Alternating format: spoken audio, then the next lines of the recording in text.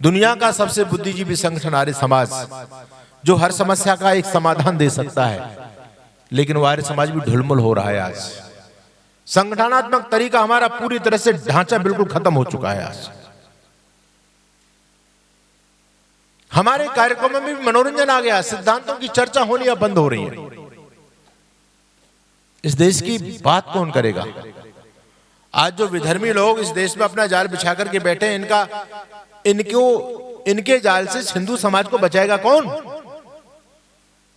लाखों प्रचारक उनके इस देश में काम कर रहे हैं, लाखों प्रचारक, लाखों मदरसे इस देश में चल रहे हैं, लाखों जमातें इस देश में काम कर रही हैं।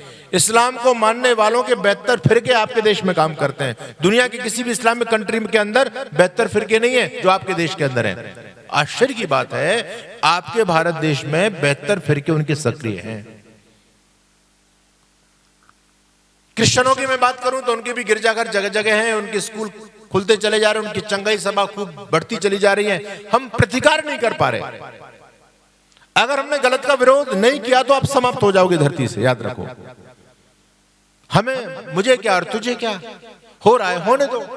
अरे हम तो सुरक्षित हैं भाई, हम कहां से सुरक्षित हो जाएंगे?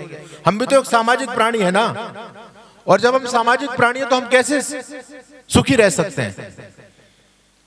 भाई आपके घर में आपने लड्डू बना रखे हैं खूब खुआ के, आपके पड़ोस में मृत्यु हो जाए, आप लड्डू खा पाएंगे क्या? जब उधर आग लग रही है, देश जल रहा है, आप शांति से कैसे रह सकते हैं?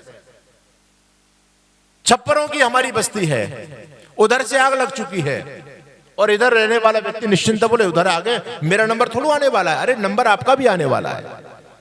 आप ज्यादा दिनों तक सुरक्षित नहीं है, याद रखना।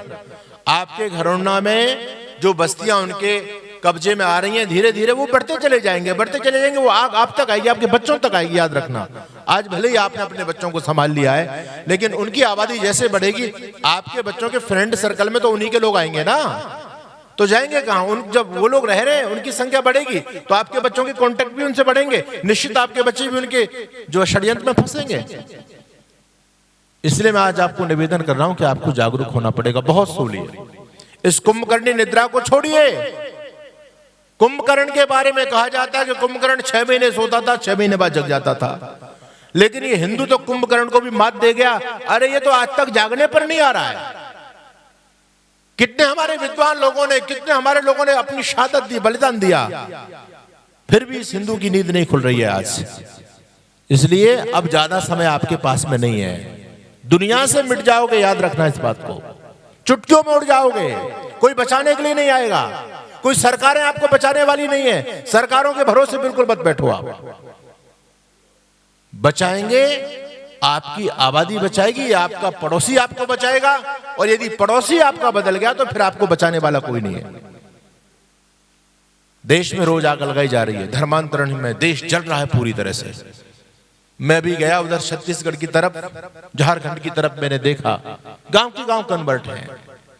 आपको लगता है कि भारत देश है, वहां जाकर के देखो, पता नहीं चलेगा हम कहां पर आ गए। पश्चिमी उत्तर प्रदेश में चले जाओ, आपको पता नहीं चलेगा कि पाकिस्तान में घूम रहे हो या भारत में घूम रहे हो आप।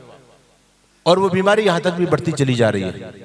आबादी का भयंकर विस्फोट होने वाला देश के अंदर, और किस लिए? जानबूझ करके। हम हिंदू समाज के लोग बेटे बेटियां शादी नहीं करते, बच्चे पैदा नहीं करते। आज एक बच्चा पैदा करते हैं हम, और वो 17 बच्चा पैदा कर रहे हैं।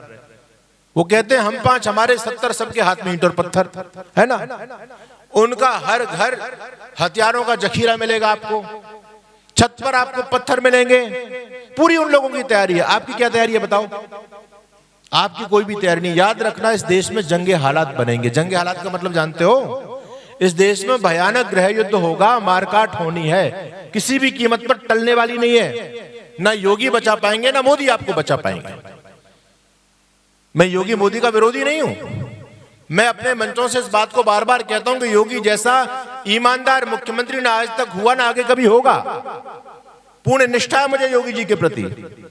लेकिन क्या योगी जी के आने से उत्तर प्रदेश में समस्या का समाधान हो गया? क्या समाधान नहीं हुआ, समस्या दबी हुई है। लोग अवसर की प्रतीक्षा कर रहे हैं कि बाबा जी कब हटेंगे तब देखेंगे, और बाबा जी हट जाएंगे। इस भ्रम में मत रहो कि योगी बैठे रहेंगे, मोदी जी के बाद योगी जी आ जाएंगे। अरे कैसे आ जाएंगे भाई? योगी जी का वोट बैंक रोज कम हो रहा है, दूसरे लोगों का वोट बैंक बढ़ता चला जा रहा है, उनका पूरा वोट बैंक बढ़ रहा है, वो सब लामबंद है आज। तो देश में लोकतंत्र है, राजा कौन बनता है? जिसकी ज्यादा वोटें होती हैं। आपकी वोटें खत्म, उनकी वोटें बढ़ेंगी, सत्ता उनके हाथ में आएगी, फिर कर लेना क्या करोगे आप। इसलिए समय रहते जागो, एक जुनून अपने अंदर पैदा करो, अपने परिवारों को, अपने बच्चों को बचाओ। छोटा परिवार सुखी परिवार का एक गलत संदेश हमारे हिंदू समाज में गया।